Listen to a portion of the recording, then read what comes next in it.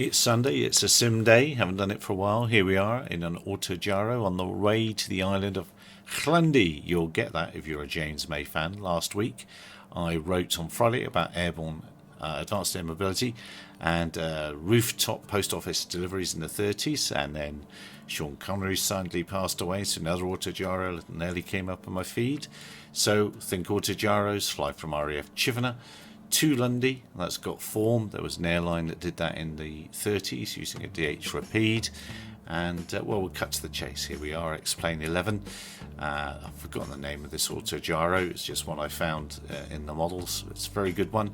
And it models the rotor decay very well indeed.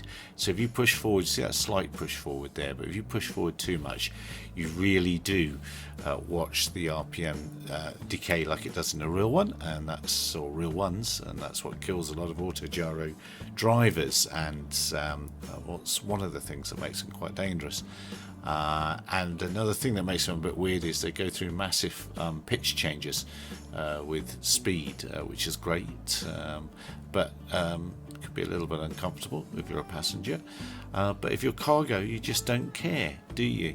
Now, it is extraordinary how easy it is to tune stuff in Ardupilot, and pretty much everything works out of the box with just a little bit of fiddling. I know people move the sliders an awful lot on it and get themselves into trouble, but if you just tweak it a tiny bit, you'll get it flying quite nicely without any effort.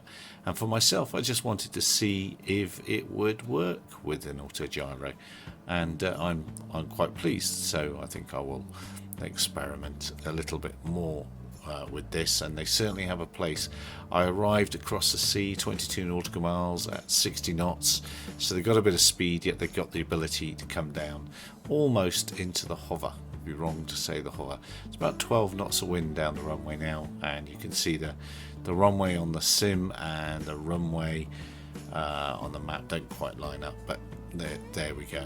So here we go, eyes down for a full house.